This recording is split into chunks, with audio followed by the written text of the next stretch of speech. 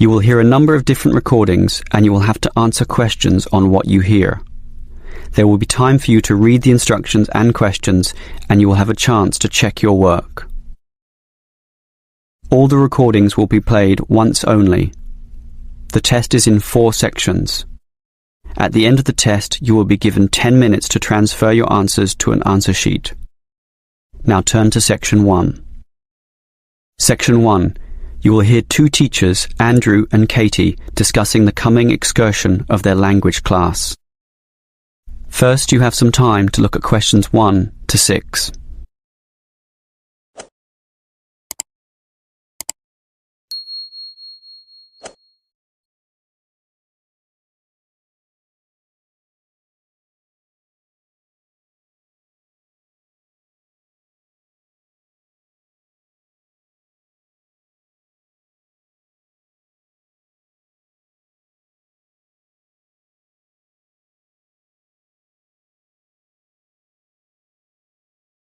Now we shall begin.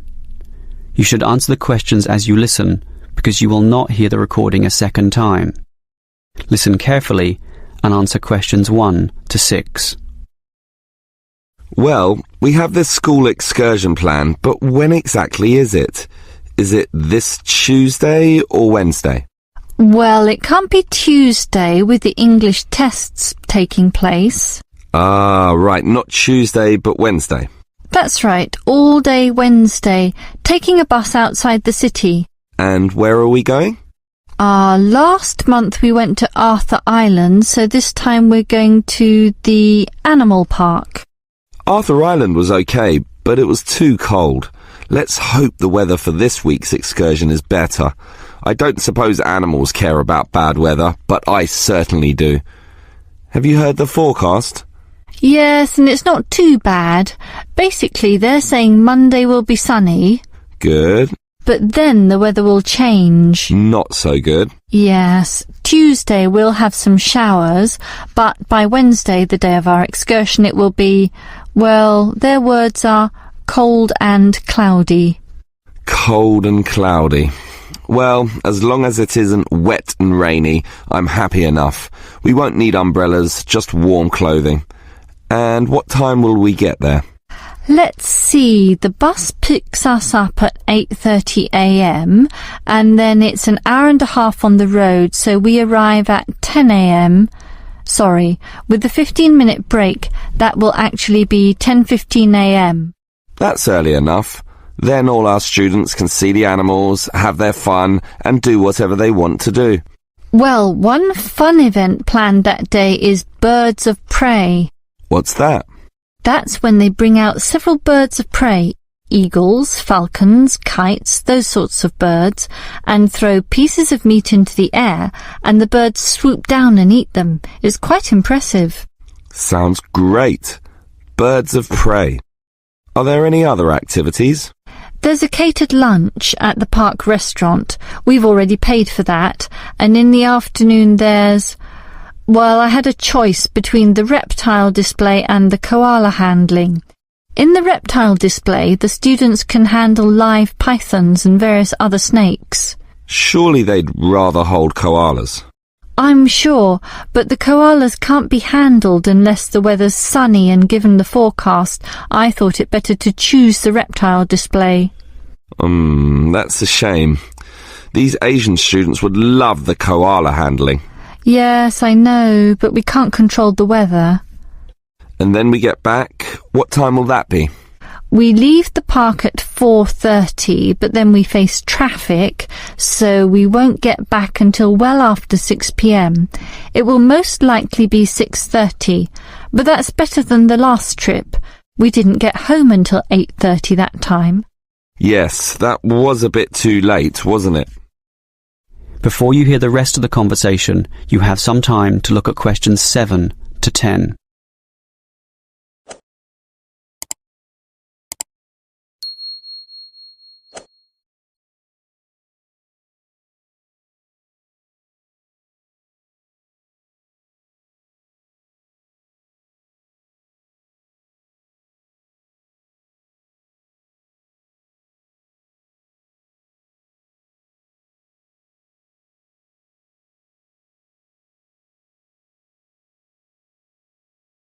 Now listen and answer questions 7 to 10.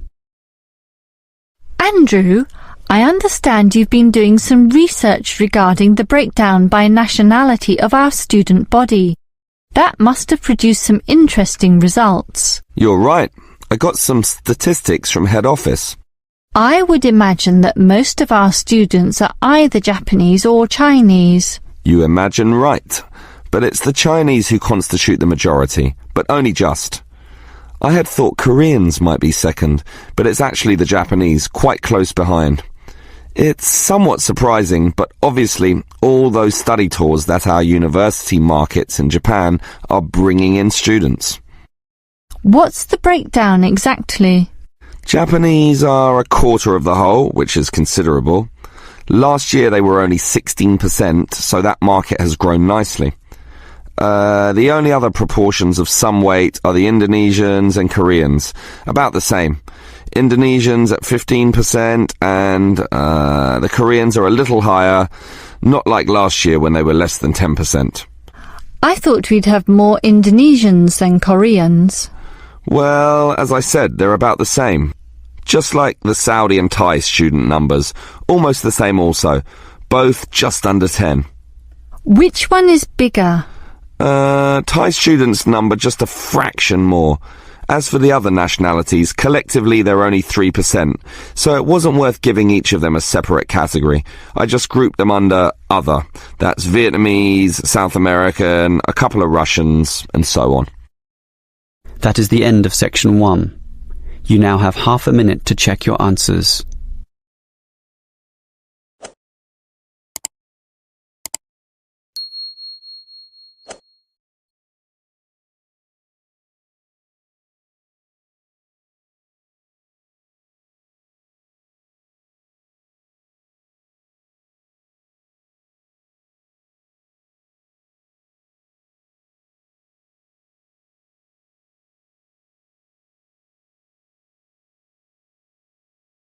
Now turn to Section 2. Section 2. You will hear a representative from Easy Travel Travel Agency explaining to some customers the benefits of her company. First, you have some time to look at questions 11 to 15.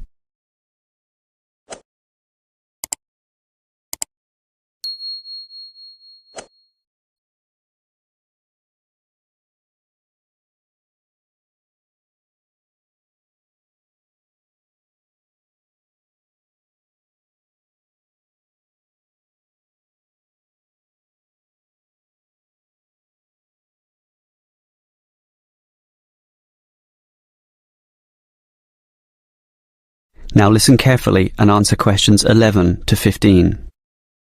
Hello everyone.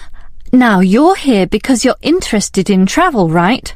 And you're in the right place. For at Easy Travel we have the best deals for the best locations. We specialize in eco-travel, or holidays designed to get you amongst nature, ignoring the hustle and bustle of big cities. So whether you want to hike in Nepal, as many people do, or follow some jungle paths in the rainforests of Queensland, we can give you the best deal. If you look at our office here, you'll see our overseas consultants. That's for trips overseas, obviously, to Europe, to North America, but primarily for the Asian market, which is generally more popular in this part of the world. Most people like that touch of the Orient, right? But they also like the domestic market, since this country offers its fair share of beautiful natural vistas. What about the deserts, anyone? What about some striking red rock gorges? Then talk to our domestic consultants, who can arrange anything you want. But they deal with the accounts in the morning, so you'll need to talk to them in the afternoon. And remember, our office doesn't open at night, sorry to say. Now, around the outskirts and outer regions of this city, there are many beautiful places that you might not be aware of, and the advantages of these regional locations are many. Mostly by being closer, some of them can be done in a day tour. Yes, it's fast and convenient with none of those long-haul bus trips which often leave you cramped and uncomfortable and stuffing heavy suitcases into luggage racks. But I should tell you about our buses, those that are needed for the somewhat more distant holiday destinations. They definitely do not suffer from those problems I just mentioned. We use the services of the famous Sleek Line Company, whose buses are known as the very best. Yes, they are big, yes, they are comfortable, but what makes them especially different is the personal attendant who accompanies the driver, ready and willing to serve you and ensure that your trip is the very best. So whether it's overseas or local, we can certainly give you what you want. Now, do you have any questions? Before you hear the rest of the talk, you have some time to look at questions 16 to 20.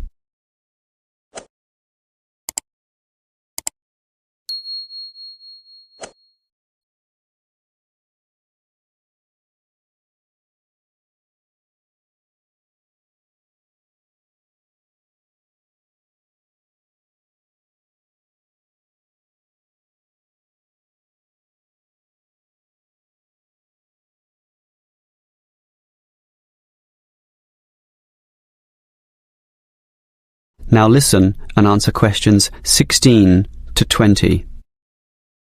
Right, let me orient you to our main Easy Travel office here. On this table right beside us are travel magazines for you to browse through, and on the wall next to that are many more for all parts of the world. Our 4 travel consultants sit over there on the other side of that long counter. That's right, 4 of them, side by side, all serving various regions. Now, let me tell you their specific functions. Firstly, the consultant on the left, next to the plant, is the local tours consultant, serving tours in the immediate vicinity of this city. Next to her is what we call regional tours, targeting the statewide options. Next to her is the interstate tours, and that can involve either buses or planes. In the former case, utilizing the Sleek Line bus service, as you know. And finally, next to her in the corner is general inquiries, which is self-explanatory. If you have questions of a general nature, rather than one relating to specific destinations, you can go there. Now, as I said, we can do international tours, and for that you need our big office, just through that door, the one between those 2 plants. However, if your international tour is in the Asian region, which is generally our most popular option, then we deal with that in a separate room, the one opposite international tours, but not the corner one. Just go through that door on the left, the one next to that cupboard. The door next to that is, in fact, our general office, so please don't go through there. That's reserved for staff members only. That is the end of section 2. You now have half a minute to check your answers.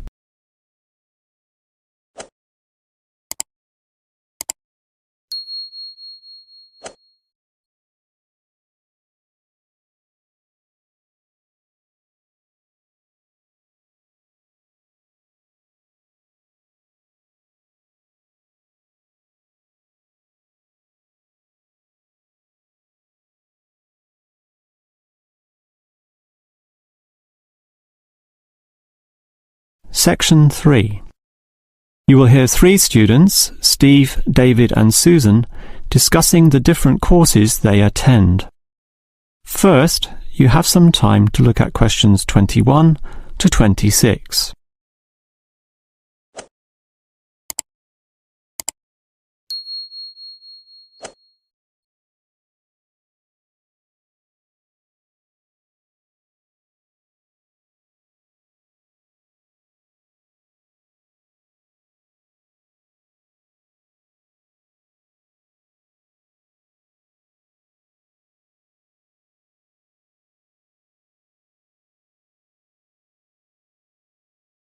Now listen carefully and answer questions 21 to 26. Well, gentlemen, we've almost finished our second semester at this university. What do you think of all the courses we attend? On the whole, I'd say they're quite good, apart from social history, which I find to be a little too inexact. Yes, the lecturer's style is also very, very dull. I certainly agree with you there, although I would say that the textbook is more interesting. Welfare State. The subtitle says, An Examination of Social Development in the 20th Century. Yes, Welfare State is a good book, but look how many pages it has. 458! I agree. It's just too long to be easily read. Far too long, although it's certainly well written in parts. Yes, and if you compare it to the textbook for cultural studies, what's it called? Inner Views, I think. No, that's the book for media studies, and we finished that subject last semester. The book you're thinking of is In Perspective. Oh, sorry, you're right. In Perspective. And the subtitle says, A Comparison of Social Groups. Somewhat interesting, wouldn't you say? Well, mildly so, as is the subject, dealing as it does with such a wide variety of issues. But the book itself certainly oversimplifies a very complex subject. I agree. I also got annoyed at its constant oversimplification. Life is more complicated than what it suggests. Yes, but what you call oversimplifying may well be considered clarifying. Look at this other textbook, Government in Action. Some may say that it also oversimplifies, but it must do so in order to present a coherent picture of an equally complex subject. Government in Action. Which subject? It's the textbook for political theory. Oh, I hate politics. That's why I don't like the active leadership subject either. And most of the stuff in that political theory textbook is based on the American system. You see, it's written by Americans, so it's not even relevant to us here. I'd agree with you there. It's not relevant to us at all, since our government uses the Westminster system. Yes, I suppose that is a problem. Before you hear the rest of the conversation, you have some time to look at questions 27 to 30.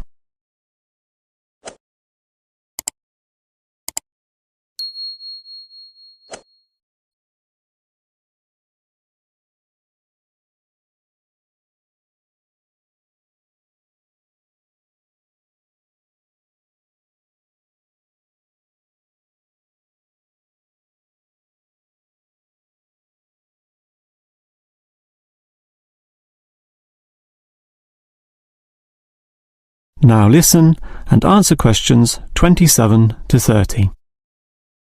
Well, it seems we all have certain criticisms about the textbooks we're using, but at the same time we all like some elements, at least, of the subjects we're studying. What's your favourite subject, David? I'm not sure. I like political theory, but... Cultural studies is by far the best, even better than political theory, which I also like, but just not as much. Why do you say that, Steve? I was thinking perhaps social history is worth considering as best. Social history is good, but I made my choice because the subject is relevant to this modern society. But so is social history, and I like the historical element, which the other subjects lack. Even political theory examines history only briefly and in a very narrow way, so I'd say social history is the most rewarding for me. What about you, Susan? I think social history is certainly very good, but political theory is, in fact, the best, since basically every human system boils down to politics. So, despite a certain irrelevancy in the details, the basic message remains as relevant as ever. Oh, Susan, you can't be serious. Let's ask Olive again. She's over there. Olive! Which subject do you think is the best? Ah, a difficult question. I'm very interested in culture, so cultural studies is certainly my cup of tea. But I'm politically active also, and hope to pursue this as a career. So political theory would be the one I'd pick. I don't believe it, even with that irrelevant textbook. Don't listen to him, Olive. You have a right to your own opinion. That is the end of section 3. You now have half a minute to check your answers.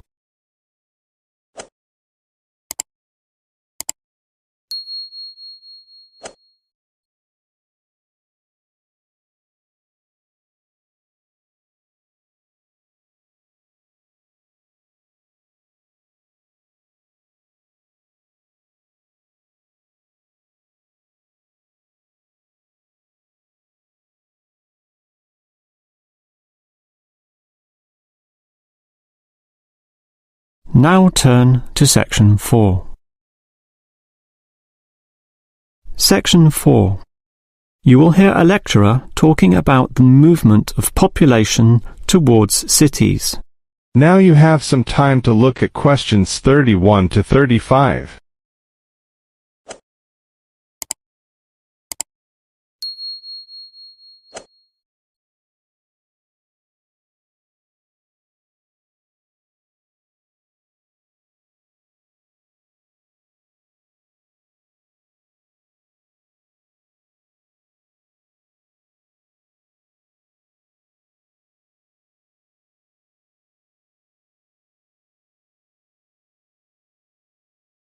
Now listen carefully and answer questions 31 to 35. If you consider the farms of old, the type your father or grandfather grew up on, they were small and labour-intensive, requiring lots of workers. In addition, they often had a diversity of products, be that animal or vegetable, say cows and sheep, or oranges and lemons, with some peaches and a few chickens on the side for the production of eggs. The many workers involved raised their families who needed products and support services, such as medical clinics and schools, so the small country towns had mercantile activity, storefronts and community participation with all ages present and a distinct town culture. And how it has changed. Travel to any small country town in virtually any developed country and you will often see that these places are now somewhat forlorn and deserted, lacking life and vigour. Many of the residents have long since moved towards the big cities, so the country areas have become depopulated and their downtowns empty. This phenomenon is so predictable and widespread that it even has a name, rural flight or rural exodus, and it has produced some fairly predictable problems. As for the causes of rural exodus, the most obvious is the industrialisation of agriculture. This comes in two aspects, one of them being monocultural farming practices. What this means is that it is now more efficient to have one product and focus on its needs almost exclusively. So, for example, animal husbandry will usually involve a single type of animal, say pigs, but with huge factory farming techniques, or, in other words, the second aspect, economies of scale. This means instead of 200 pigs, there'll be 2,000, tightly fitted into small pens or cages with high-density waste disposal and automatic feeding systems. Yet, despite this huge size, it can all be controlled by just a dozen farm workers pushing the right button.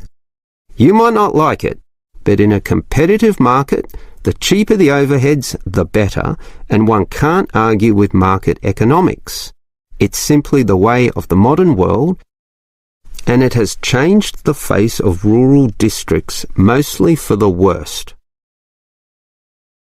Before you hear the rest of the lecture, you have some time to look at questions 36 to 40.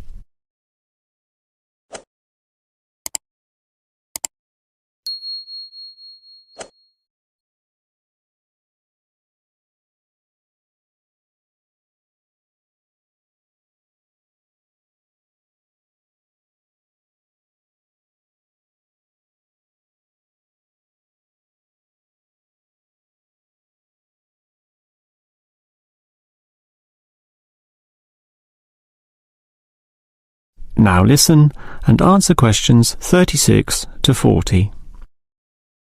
We can talk at length about the problem of rural exodus, but what about solutions? Well, there is certainly some cause for hope, since many are now feeling the negatives of increasing urbanisation, negatives which the countryside generally does not have. Thus, tourism, for example, is certainly one avenue of revenue and revitalisation.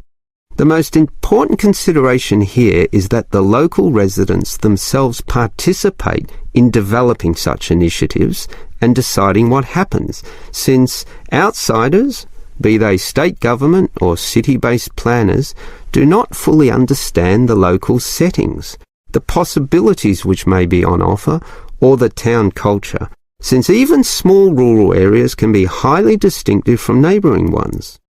For example, the Daylesford area has developed a tourist industry based on the natural springs there, putting forward the angle that this water is relaxing and revitalising for the health. There has been the development of spas, saunas and small-scale accommodation within its picturesque hillsides. And another solution is to utilise the predominant local product. This takes advantage of the fact that many city people are developing a dislike for factory-produced and packaged foodstuffs.